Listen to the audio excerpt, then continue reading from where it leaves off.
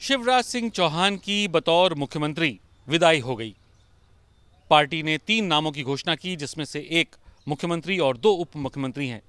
तो ऐसे कयास लगाए जा रहे हैं, क्या ये अब राजनीतिक सफ़र के अंत की तरफ जा रहा है उनका कैरियर?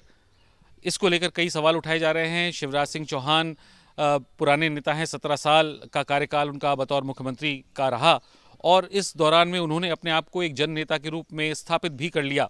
उनके द्वारा जो स्कीम्स शुरू की गई थी, खासतौर से महिलाओं पर जो केंद्रित स्कीम्स थी, लाडली लक्ष्मी योजना, लाडली बहना योजना, उसने इस चुनाव में एक गेम चेंजर का रोल ज़रूर प्ले किया है।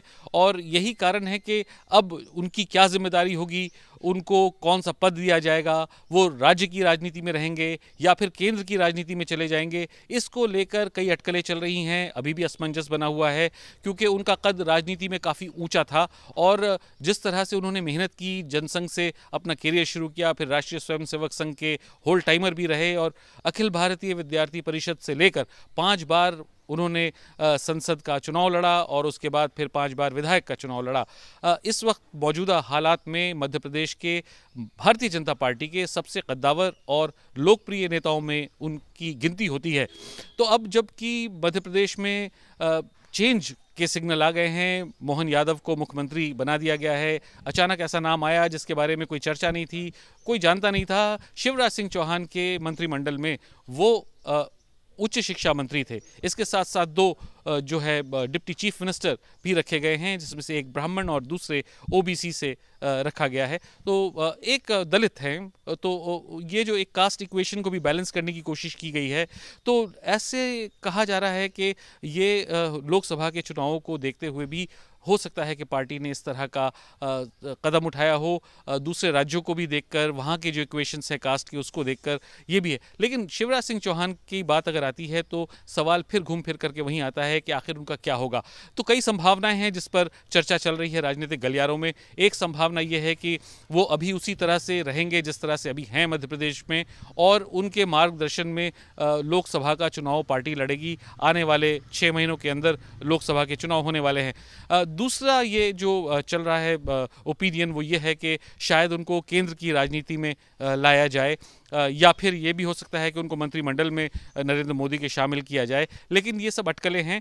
संगठन के बारे में भी लोग कह रहे हैं कि हो सकता है कि संगठन में बहुत इंपॉर्टेंट जिम्मेदारी उनको दी जाए, क्योंकि इससे पहले भी वो संगठन के उपाध्यक्ष रह चुके हैं और महासचिव भी रह चुके हैं भारतीय जनता पार्टी की केंद्रीय कमेटी के। तो इसलिए इन सब बातों को लेकर कयास चल रहे हैं। मुख्यमंत्री ने अभी कुछ सिग्नल भी नहीं दिए हैं, उन्होंने कुछ कहा भी नहीं है। हाँ, इतना ज़रूर है कि जब सारे नेता दिल्ली की दौड़ लगा रहे थे और जिन जिन नामों पर चर्चा चल रही थी वो दिल्ली में जमे हुए थे, उस समय शिवराज सिंह चौहान दिल्ली नहीं गए, वो मध्य प्रदेश में ही रहे। और उन्होंने बीबीसी से बात करते हुए ये स्पष्ट किया था कि जो 29 सीटें हैं लोकसभा की, उन 29 सीटों को जीत कर वो तोहफा देना चाहते हैं प्रधानमंत्री नरेंद्र मोदी को। और वो हारी हुई जो सीटें हैं विधानसभा की, जो अभी हाल में चुनाव हुए हैं, उनकी जो हारी हुई सीटें हैं उसका दौरा कर रहे थे। खासतौर से छिंदवाड़ा की सीट, जो कमलनाथ का गढ़ माना जाता है, वहाँ 7 की 7 सीटें बीजेपी हार गई थी। वहाँ का दौरा किया, शिवपुर का दौरा किया उन्होंने, और उनका ये कहा उन्होंने कि ये मेरा मिशन लोकसभा है, मिशन 29, यानी 29 सीटें हैं, जिसमें से 28 सीटें वैसे ही भारतीय जनता पार्टी के पास हैं। सिर्फ एक सीट है जो कमलनाथ के पुत्र नकुलनाथ छिंदवाड़ा की सीट से सांसद हैं। तो शिवराज सिंह चौहान के राजनीतिक भविष्य को लेकर उनका अगला कदम क्या होगा, या पार्टी उनके लिए क्या जिम्मेदारी तय करेगी, अभी भी इस पर संशय बना हुआ है। ये बात सही है कि इस बार भी जो फैसले हुए हैं उसमें संघ का ही ज़्यादा बोलबाला रहा, संघ ही सर्वोपरि रहा। शिवराज सिंह चौहान जब मुख्यमंत्री बने थे उस समय भी संघ का ही चला और संघ ने ही तय किया था शिवराज सिंह चौहान का नाम, जबकि उस समय उमा भारती बहुत बड़ी नेता थी और शिवराज सिंह चौहान मध्य प्रदेश की राजनीति में उतने सक्रिय भी नहीं थे, उनका कहीं नाम भी नहीं था।